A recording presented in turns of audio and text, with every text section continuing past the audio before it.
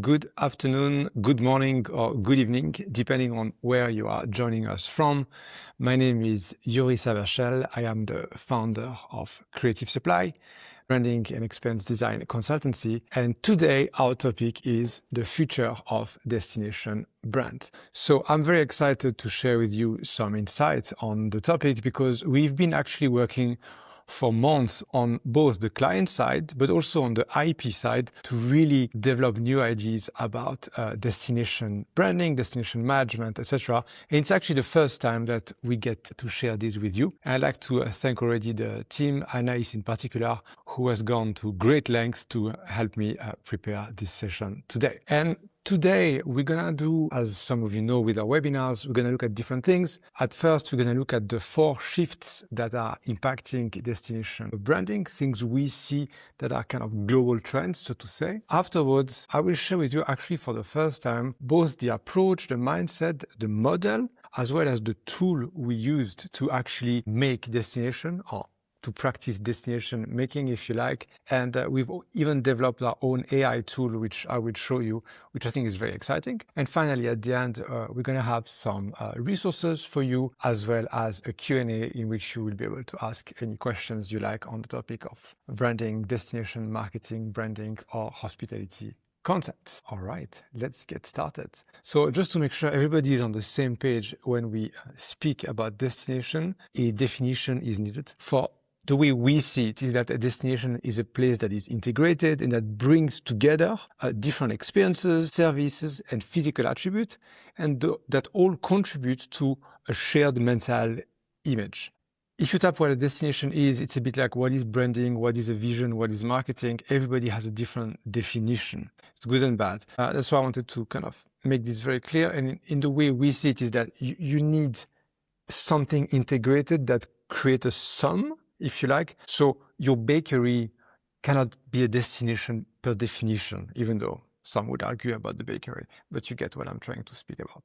And if we are to really go into the different typologies of destinations from, let's say, the smaller one, we would have, a micro destination. That would be a street, a square, an arcade, or maybe a hotel complex, assuming the hotel is known and big enough to be a destination on its own. Then we would have a local destination. This is actually where most of our work happens. So it would be a village, a town, neighborhood in a larger city, an integrated resort, or a very large mixed-use real estate development. We have one, for example, in Tbilisi at the moment, which is a development that will have down the line about 2,000 people living on site with a whole mixed-use development. It's a real estate development, but it's definitely going to become a local destination as well.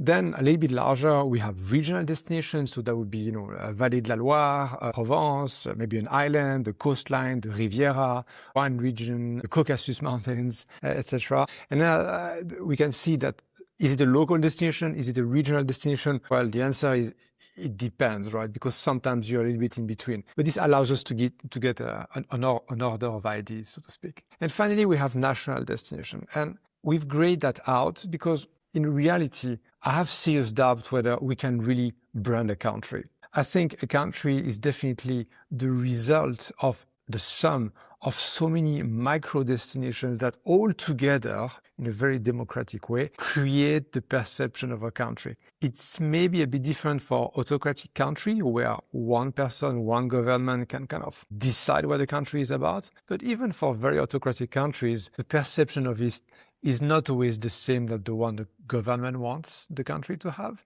I would, the purpose in the context of today's session, and to be honest, in most of our work, is something we are very careful about, and we kind of stop at the regional if we had to speak in scope terms. So what are the 4 shifts that we see? Some I think are very obvious to you, maybe some less. And the first one, very much connected to AI, but not only, is why before where. People in the rich world are increasingly looking at destination, not by saying, I want to go to this country or this region or this city, but more by interest and what they expect as a vibe to be. And AI makes this even easier because you can start to have ultra personalized research for your next holidays. It's an example I put on the screen. You say, I want for 1 week summer holidays. It should be not too crowded, easily reachable from Zurich. I can take the train.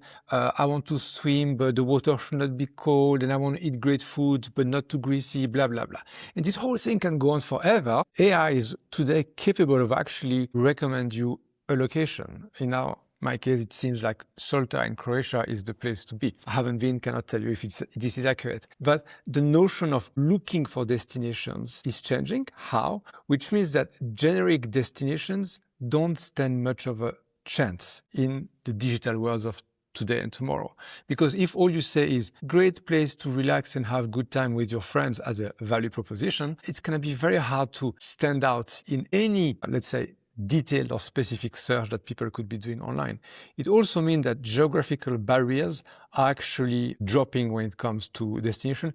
This is particularly true for summer holidays in Europe. Are you going to Spain? Are you going to Greece? Are you going to Turkey? Or are you going to Italy? The reality is that for most people, it could be one or the other, but let's see where we go. So you're not necessarily competing with the town next to you, but you might actually be competing with the town on the other side of the Mediterranean. Second shift that we are seeing is when we think about destination marketing in a classic way. I don't know about you, but I typically think about campaign and, like the campaign you see in the metro in grey London and then tell you, imagine that freedom, go to Phuket in Thailand. And I think creating a mental image of destination using advertising campaign has definitely been the way earlier destinations build up their mythics. If you think about places like Samoritz, for example, that have all those beautiful posters in the 30s and the 50s, creating that glamorous image of a destination, and people didn't have even photos to see it, so all they had as a reference point was some sort of created image. Today, obviously, it's definitely not like that, and you will obviously use social media to understand what the destination is, but it also means that the actual reality, the experience, is going to matter much more than campaign, because the minute you see a campaign that might or might not get your attention, you're going to kind of double check, sense check this by checking out what the experience is. And the reality, to be honest, it's a bit sad, but before you even get somewhere today, you already know how to get there, how long will the boat take, whether it's going to be windy on the boat,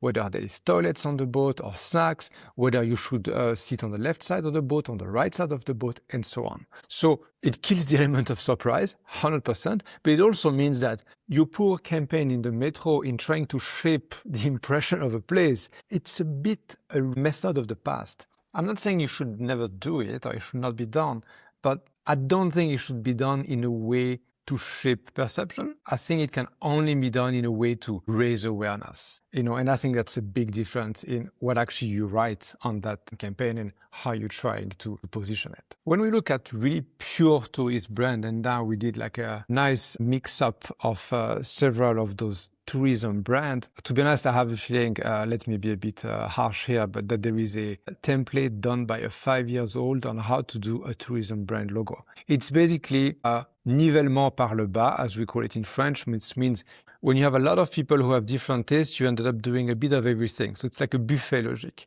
And everybody thinks that their destination has so much to offer. We have sport, we have food, we have fun, we have sun, etc. So we need something colorful to represent the diversity and the mixity of a destination. But that's actually not how branding works. Because if you're trying to say that you're a bit of everything, from a branding point of view, it means you are nothing. So it has those I would really challenge, and there's very few academic research on this, to find out, are those tourism brands even useful somehow in today's world? Because honestly, right now, if you look at Mexico tourism brand or Hainan tourism brand, they really look like the same thing. But actually, the places are completely different, and you have a very different experience. So there's a huge gap between reality and portrayed brand. And the topic of over-tourism is our fourth shift that we see. It's very true in certain cities in China. It's true in Europe as well, obviously, where you have places that get much, much more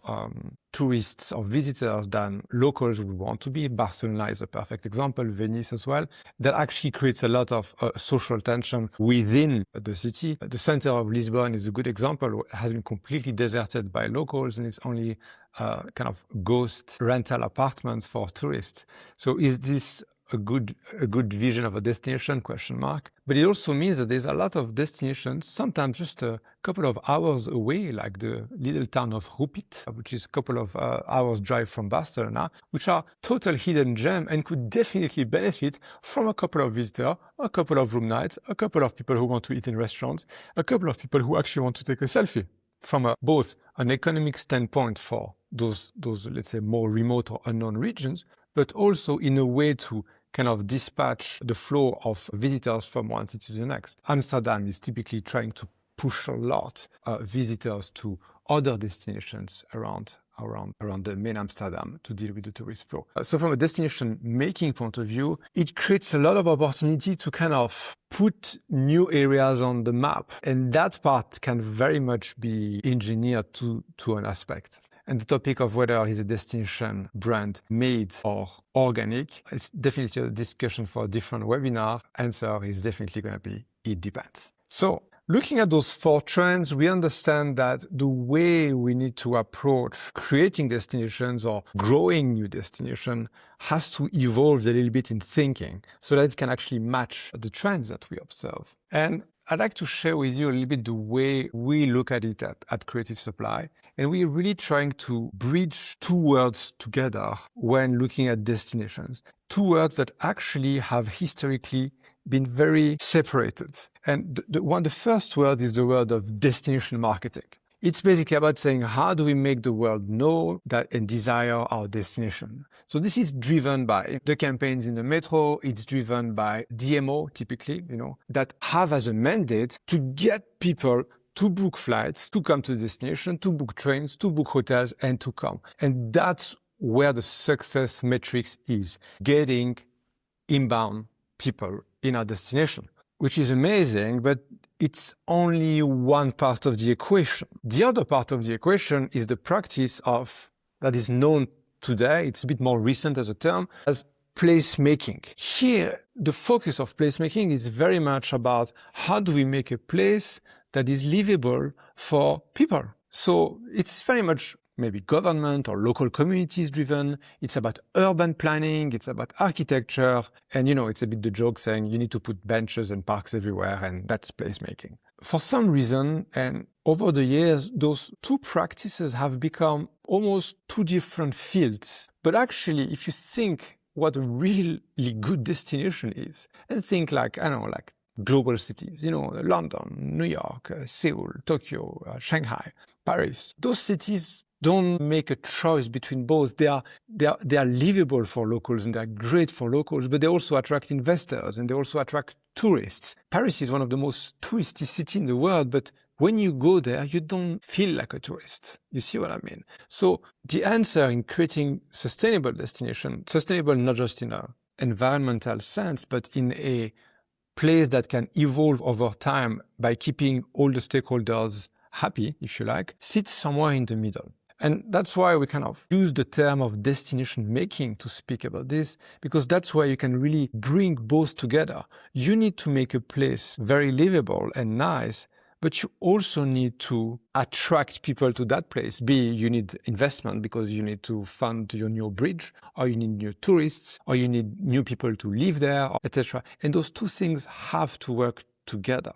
And to work together, they need to be a common understanding of what a destination is made of. And then it's an understanding that need to bring together the different way of thinking or mental models that placemaking and destination marketing have.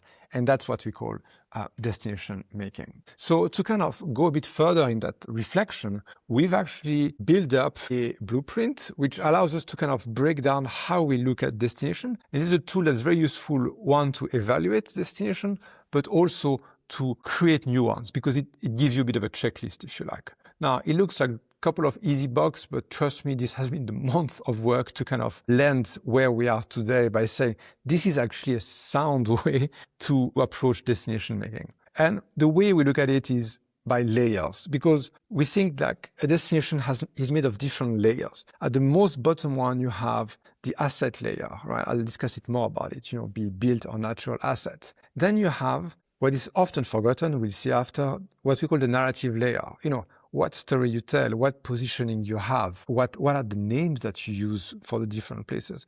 And this is often overlooked as a marketing effort, but actually it's very fundamental for a destination to have a shared understanding and a shared mental image of what is this place about. And that's not marketing in a campaign, that's fundamentally a narrative layer. And after that, we have the experience layer. I think it's quite self-explanatory, where we basically look at what is it that we offer and how do we make sure that this offering that we have in theory is actually happening. And finally, we have the outer layer, if you like, the expression layer, which is everything that are, the icons, the landmark that people get to see and remember, and they buy magnet with it, and they do a tattoo with it. And those are the things that actually help you reach out people. It's also any known people that stay in your place, etc., etc. So as you can see, it's quite a comprehensive list, but we should not forget that those 4 layers have actually 2 constant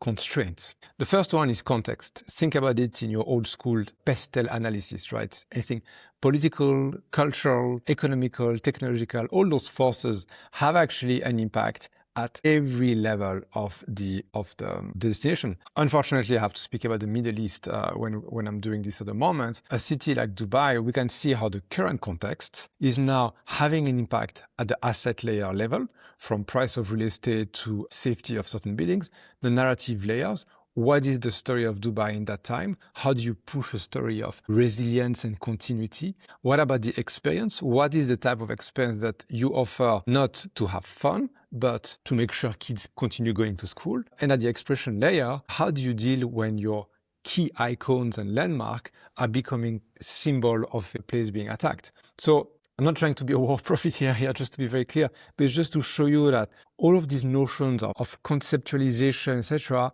can be destroyed or amended overnight when the context impacts this. And there's no way around that. So we don't create a destination in a vacuum with like pretty slides. We create something to get people aligned so that they can move together with this, knowing that things will constantly change around us. And on one hand, you have the context, which is very much external, if you like, and then you have all the actors, which is a bit more internal to a place, a location, a destination. And that would be anybody from the visitors to the residents, to the investors, to the local governments, etc., that actually all have a bit of a different agendas. But having that understanding of how we build up a destination together, sounds a bit like cheesy, but allows to do that stakeholder management. Because honestly, the largest, we see this in our work, the largest the destination project is, the most part of the work is actually about managing stakeholders. There's nothing other than this. But to manage stakeholders, you need to have a common way of speaking and thinking. And that actually helps us do that tremendously. I'd like to share with you just one example for each of those key layers to show you what we really mean by that. So the asset layer is really all the natural or built assets. And we have this project at the moment in Evolen, in the Swiss Alps, for example. And there is the Glacier du Ferpecle, which is a glacier, and it's absolutely stunning and beautiful as an asset. But honestly, nobody outside of Switzerland, let's put it that way, has ever heard about this place. That's an asset that's really, really good. So if we had to score that asset, we would score it very high as a natural asset. But anything from the narrative to the experience or the expression for that asset is completely subpar, because nobody knows about it, nobody speaks about it, nothing is done about it. It's just an amazing natural asset sitting there. The narrative layer is very key, and I'm using here a large real estate development to express this notion of narrative layers. It's Station F in Paris. So I think most of you know it. It's actually one of the largest, they claim the biggest startup campus in the world. It used to be a train station for freight trains that has been fully transformed by Xavier Niel, a French entrepreneur, as a basically office space, event space, F&B space, etc. And the narrative around what is fundamentally just a real estate development has been so strong that it has become almost a symbolic story for the French tech and the French startup scenes, saying we have that thing, so our startup scene must be good. And that place is basically taking all the media attention around the topic of startups. So the narrative is extremely strong. I would challenge the expression layer though, for example, for the Station F, because if I tell you what's the one thing iconic about Station F, like what is the one startup that is working there, or what is the one thing that you'd like to take a picture of, then it's less clear. Which means the expression layer of the Station F is probably a little bit weaker. The experience one, I wouldn't be able to comment actually. The experience layer, I'm using here a destination which is a temporary destination, Burning Man in Nevada, which I think from a narrative, expression and experience layer is incredible. If you think about it, it's a place in the middle of nowhere in the desert that the entire world has seen and dreamed about. And the experience layer, basically what is being built kind of by this self-managed community and how is it being activated so that when you attend Burning Man, you have so many different experiences that happen at the same time. A giant conferences with parallel tracks that run simultaneously with different activations, all done by a common community, is an incredible example of a place that has a very, very strong experience layer. Something that most real estate development would dream about, because normally this experience stays on a slide, but the reality is always a bit more different. And finally, the expression layer. Those are really like kind of the symbol and the thing that sticks. And I think, if I think about Switzerland, for example, St. is, in my view, probably the most accomplished winter destination when it comes to expression layer. Think about it. You have anything from those vintage car driving on the ice during the ice event. You have this vintage sun design that has been used for the past 70 years that is still a cool thing today. You have the polo on the ice. You have the ice skater with the champagne. You have all those images that kind of help anchor St. as a destination that is high in the mountain, strongly glamorous, fancy and luxurious, with those symbols. And then if you go down to the expense layer, the narrative layer, and the asset layers, actually everything tick the box. And I would argue St. is probably one of the strongest destination that we would see with our model. Our model gives it actually a rating of 20 out of 20. But more on this right now. So what I just show you is kind of the breakdown of the model of how we look at destination and how to evaluate them. But with the team, we didn't want to stop here. We thought what would be actually really useful is tapping the power of AI and actually be able to build a tool that can analyze and audit any destinations using real-time AI analysis. So what we've built is, you've seen those 4 layers and 2 components on vertical components. We've broken this down in 16 further criteria. We've built up a model that is actually powered by Anthropic, and that allows us to evaluate any destination. And when I say any, I mean it's any. You can pick the suburb of Toulouse where you were born. This thing is going to give you an actually very accurate evaluation of your destination. And we've run the test for anything from very small suburb to top premium island destinations. And we managed to get a very accurate view of those destinations. And it also helped us suddenly start to build understanding of the patterns that we see from certain destination to the next. And I'll share you some insight right now. So I just wanted to share with you, I think I have 3 destinations that we've run through our model, basically, and to show you what we get out of them. The first one is, if you know it, Daikanyama in Tokyo. It's a neighborhood in Tokyo. It's very known for actually centuries, super hip, super happening.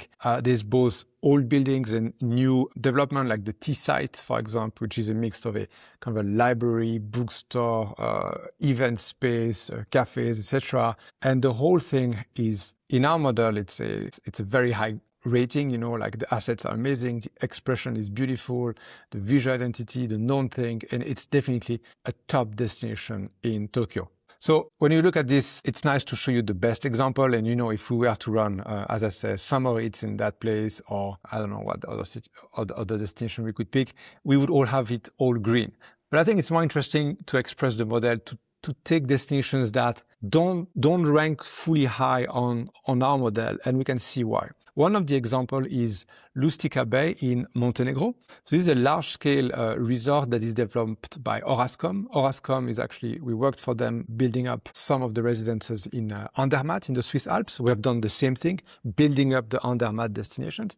And they're doing the same, basically from scratch. They're building up almost a village by the sea. So at the asset layers, honestly, it's top. You have a mini marina, you have top restaurants, you have the Chedi hotel, there's a private beach, you have so many different residences, the view is beautiful, it's very easily accessible to the airport, etc.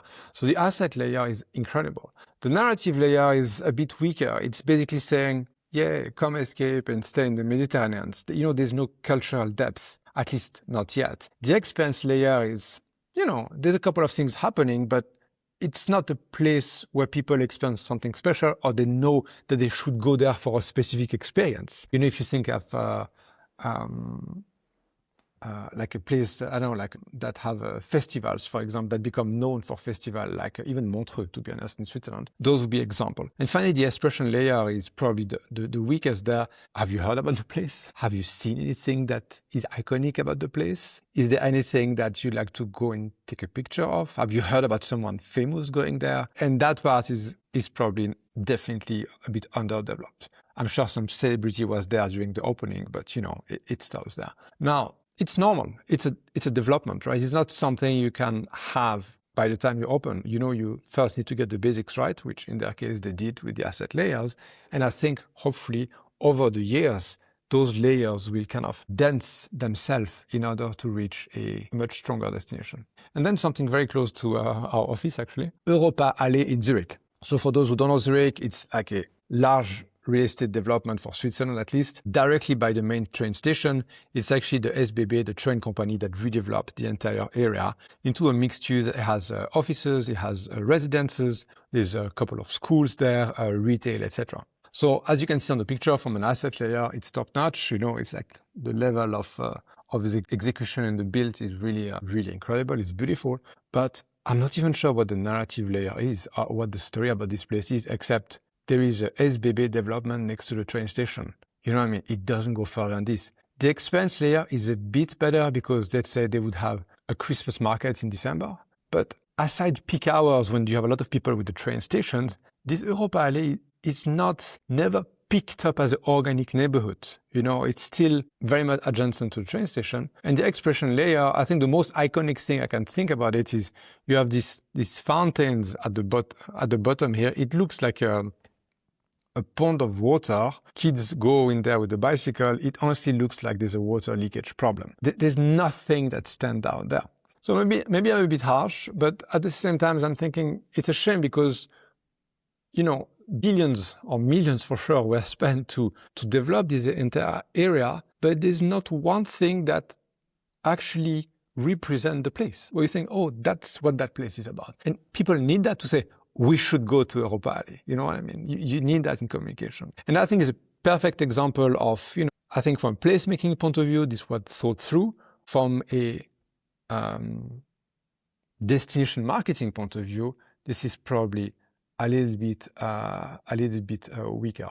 And when we looked at this, and actually we had a funny moment with our model because we typed Europa Allee, tell us what to do. But actually our model picked up Europa Allee in Frankfurt. And that's when we realized how weak, even weaker the narrative is that there is actually already an Europa Allee in Frankfurt, which, as you see on the picture on the left is Frankfurt. Honestly, it looks like the same thing from an outside eye. So think about it. You're spending millions developing an area in a prime location in a tier A city, and you call the whole thing Europa Allee, which is a name already used by a similar development in another city. My branding heart is melting here. I just cannot comprehend that. You see, because you are losing an opportunity to create so much value for the neighborhood, because it's almost a neighborhood in this place. And that can be created when you bring together not just urbanists and architects, but also people who are going to look at the expense and the way to market the place. That was 3 examples. And as I mentioned to you, our model has allowed us to kind of evaluate and analyze and see actually certain patterns that we see over and over and again. And what you see on the screen is a theoretical representation of a pattern. They're not all exactly like this, but we see, if you like, that curve. The first one is what we call the empty shell. That means the asset layer is amazing, everything is great, the narrative layer it's okay, and then anything else above is completely non-existent. We would typically see this for real estate development. Sometimes at the beginning, because obviously you need time to build up the narrative, the experience, and the expression. So that's actually a natural curve of evolution. But some of those real estate development never really build up the other layers, like Europa, for example.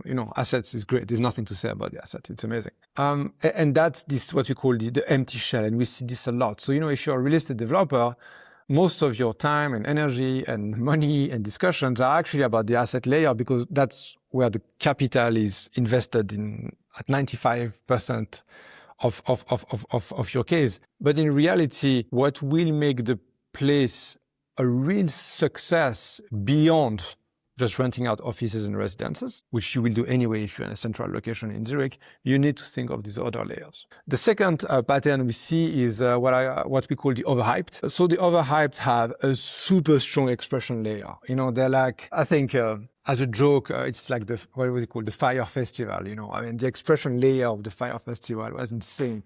You would see this island, those boats, festival on the island, and like the mental image you would create of that place that, as we know, never existed in real life, was absolutely incredible. Arguably, places like Tulum in Mexico are completely overhyped. You think you're going to have that mystique experience, etc., but in reality, you pretty much stuck in traffic with the average infrastructure. Places like Mykonos, for example, or Santorini, I think probably is a better example. It's globally known. The view, the landscapes, it's so iconic. But when it comes to the actual experience and the crowd and the access and how long you actually stay there, etc., you go there for the expression. It makes sense for the picture and to stay at that layer, but it's probably not as healthy as a year-round destination for sure, because of the other layers. And finally, we have the hidden gem. This is the one that I personally prefer as projects. Those are the ones that have actually amazing assets, be natural assets like the Everland case I showed you before,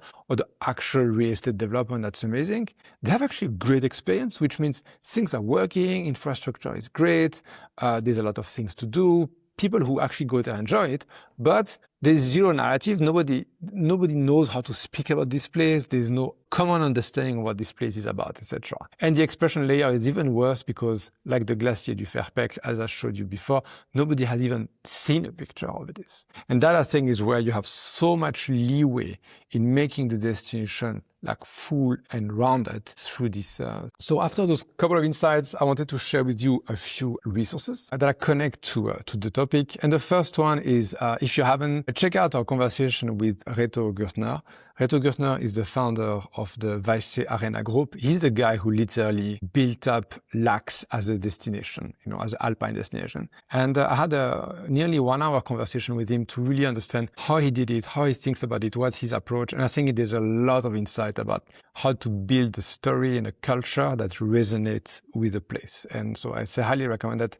You can find it on YouTube or directly on our website. For those of you who want to dive further in AI and anything related to this, our next webinar in April is going to be about how to brand AI companies. There's so many companies that are AI first at the moment or spin-off of large companies, but how do you brand it? And how do you speak about that? And that's something that we hear a lot from a part of our clients, and we'd like to bring some insights to you. So you can sign up now already. And some of you know about this already if you haven't been in our webinar before. We have this private WhatsApp group where we share insight on a weekly basis, but we definitely don't spam you too much, no worries about this, where we share insight about, the world of branding at large, creativity, marketing, destination.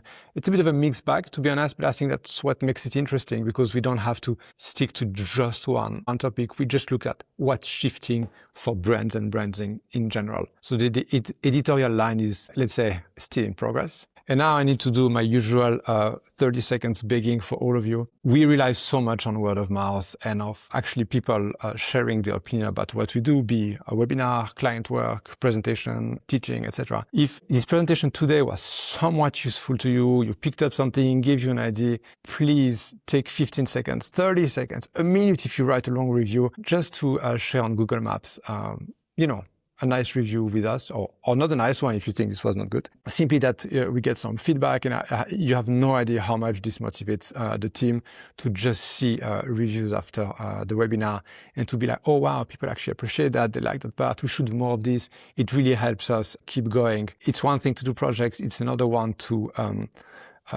have a community and entertain it and build the content with it. So your review really, really counts, and we would very much appreciate it. So thank you already in advance for this. And now comes the time for a bit of discussion. And if any of you have some questions, anything really, please feel free to put them in the chat, and we have a couple of minutes to answer them. Take a few seconds to think about it. And I left here the link to leave the review. And if you are on your computer and you don't have a phone to scan a QR code, I'm just putting here in the chat the review link. Yes, I know I'm pushing for this, but you have no idea how much this counts. Will it be possible to review this webinar later? Paolo, if you give us a review, yes, no, 100%, of course. I think next week or the week after, it should be live on our website. We'll definitely share it on the WhatsApp group as well, so that you would be updated of this, as well as about the next event. Okay, we have some questions coming up. Let me pick them up. So with more people traveling within their own countries, how should destination branding strategies differ when targeting domestic versus international travelers? It's a good question. Hi, Chirag. I think from an approach point of view,